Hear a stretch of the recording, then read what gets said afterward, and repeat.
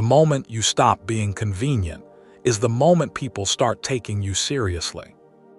Here is what is actually happening, and it has nothing to do with luck or charisma. People do not respect availability. They respect limits, and the limit only becomes real, only becomes believable in the moment it costs someone something. Until that moment, a boundary is just a sentence. It is something you said. The first time you actually hold it, even when it disappoints someone you care about, is the first time that sentence becomes evidence. And evidence is the only thing human beings actually trust. Think about every person whose opinion of you seemed to shift after a single moment when you said no. Not the dramatic no, the quiet one. The one where you simply did not show up the way they expected, did not bend the way they assumed you would, did not absorb the inconvenience the way you always had before. You probably braced for the relationship to suffer, and then something strange happened. They treated you with more care afterward, not less. They double-checked before asking you for things. They seemed, in some subtle way, more invested in keeping you close. This is not a coincidence, and it is not generosity on their part. It is the most basic mechanism of human respect, and almost nobody is taught to recognize it while it is happening. Machiavelli built an entire framework around a version of this principle. He observed that a person who is loved unconditionally, who gives without limit, who can be counted on no matter what, is treated very differently from a person whose favor must be earned and whose displeasure carries real weight. He was not writing about cruelty. He was writing about the simple mechanics of how regard is generated. Unlimited generosity does not produce gratitude over time. It produces expectation. And expectation, once it sets in, removes the very thing that made the generosity feel valuable in the first place. You have lived this without naming it. The friend who always says yes eventually gets asked for more than the friend who sometimes says no. The partner who never gets upset eventually gets treated more carelessly than the partner whose displeasure actually changes behavior. The employee who never pushes back gets handed the unreasonable deadline that the employee with real boundaries never receives. This is not because the people doing the asking are bad people. It is because human beings, almost without exception, calibrate their behavior toward you based on what they believe it will cost them. And if it has never cost them anything to disappoint you, to overload you, to take you for granted, they will keep doing it. Not maliciously, automatically. Here is the part that will sting a little because it is supposed to. Every time you have avoided disappointing someone, you are not protecting the relationship. You are teaching them what they could get away with. Every time you said yes when your honest answer was no, you are not building trust. You are removing the one piece of information that would have let them know where you actually stood. They cannot respect a line they have never seen you hold, because as far as they know, the line does not exist. This is the strange inversion at the center of everything we are talking about. Disappointing someone in the right way for the right reason is one of the only ways to give them real information about who you are. And real information is what respect is built from, not performance, not accommodation, information. Think about the people you respect most in your own life, not the people you like the most or the people who are easiest to be around. The people you actually respect, the ones whose opinion of you matters most, the ones you would not casually push past. Almost every one of them has, at some point, disappointed you. Said no to something you wanted, held a position you did not like, let you sit with a consequence instead of rescuing you from it. And instead of losing your respect, they gained it.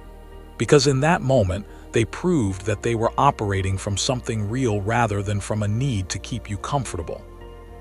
Now compare that to the people in your life who have never once disappointed you, who have never said no, never held a line, never let you feel friction in the relationship. Be honest about how you actually feel toward them. There is warmth there, perhaps, but is there respect in the deeper sense? Or is there a quiet, almost imperceptible discount applied to everything they offer, because you already know it will always be offered, regardless of what you do with it? This is the part most people get wrong. So pay close attention. The goal here is not to become unreliable. It is not to disappoint people randomly or constantly in some attempt to manufacture mystery. That produces something else entirely, something closer to chaos than respect. The goal is to stop disappointing yourself in order to avoid disappointing other people. Because that is what is actually happening every time you override your own judgment, your own needs, your own limits to keep someone else comfortable. You are not protecting the relationship. You are quietly eroding your own position inside it, one accommodation at a time, until there is so little left of your actual position that nobody, including you, can locate it anymore. Here is something that will be uncomfortable to sit with. The version of you that never disappoints anyone is not actually more loved. It is simply more available. And availability, once it becomes unconditional, stops being interpreted as love and starts being interpreted as a resource. Resources do not get respected. They get used. The friend who is always free gets called last minute because there is no risk in assuming they will say yes. The family member who never pushes back gets handed the responsibilities nobody else wants because there is no cost in assigning them. The partner who never expresses real disappointment of their own eventually stops being read as a person with needs and starts being read as a presence that simply absorbs whatever arrives. You are not built to be absorbed, and the strange grief of realizing that you have spent years training people to treat you this way is not weakness. It is the beginning of something important. It is the moment you start understanding that every boundary you have been too afraid to hold has been quietly teaching the people around you exactly how much of you they are allowed to take. The discomfort of disappointing someone you care about is real, and nothing about this changes that. What changes is your relationship to that discomfort. Right now, you likely experience it as evidence that you have done something wrong, a signal to retreat, to apologize, to fix the temperature of the room as quickly as possible. But disappointment, when it comes from an honest limit rather than carelessness or cruelty, is not damage. It is data. It tells the other person something true about you that they did not previously know. And people, whether they admit it consciously or not, build their respect for you on exactly this kind of data. Not on what you give them, on what you will not give them and why. There is something Machiavelli understood that applies directly here, even though it was framed in terms far removed from friendship or family. He recognized that a person who can be relied upon to never push back, never withhold, never resist, becomes predictable in a way that strips them of leverage entirely. Predictability without limits is not safety. It is exposure, and the people around you, often without realizing it themselves, sense this exposure and respond to it the way people respond to anything with no real edges. They lean on it. They extend themselves further into it, not because they intend harm, but because nothing has ever indicated that there is a point past which they cannot go. The first time you hold a real limit with someone who has only ever known your unlimited accommodation, the relationship will feel like it is breaking. It is not breaking. It is recalibrating to something more honest than what existed before. Some relationships will not survive this recalibration, and this is one of the harder truths buried inside everything we are discussing. Some of the people closest to you are close to you specifically because you have never disappointed them. Their affection was never for the whole of who you are. It was for the version of you that never costs them anything. When that version disappears, replaced by someone with real limits and real positions, some of those relationships will genuinely end. This is not a failure on your part. It is information you needed and could not have gotten any other way. But the relationships that survive, the people who respond to your first real no with more respect rather than less, who treat your held boundary as something to be honored rather than something to be worked around, those are the relationships that were real all along. You simply could not see it clearly because you had never given anyone the opportunity to prove it. This is the quiet, uncomfortable truth sitting underneath everything we have covered.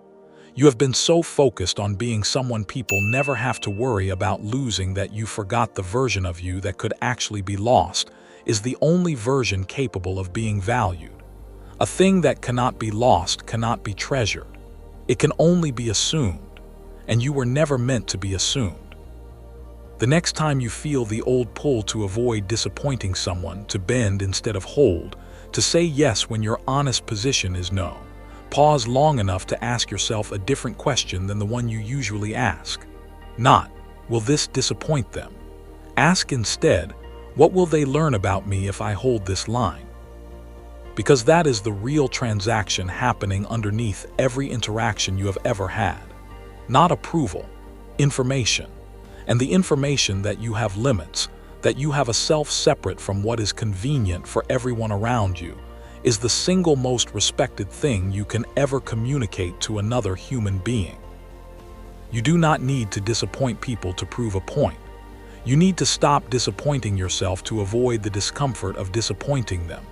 Everything else, the respect, the recalibration, the relationships that finally settle into something honest, follows from that one shift. The people who matter were never going to leave because you finally told them the truth about where you stand. The ones who do were never standing with you in the first place.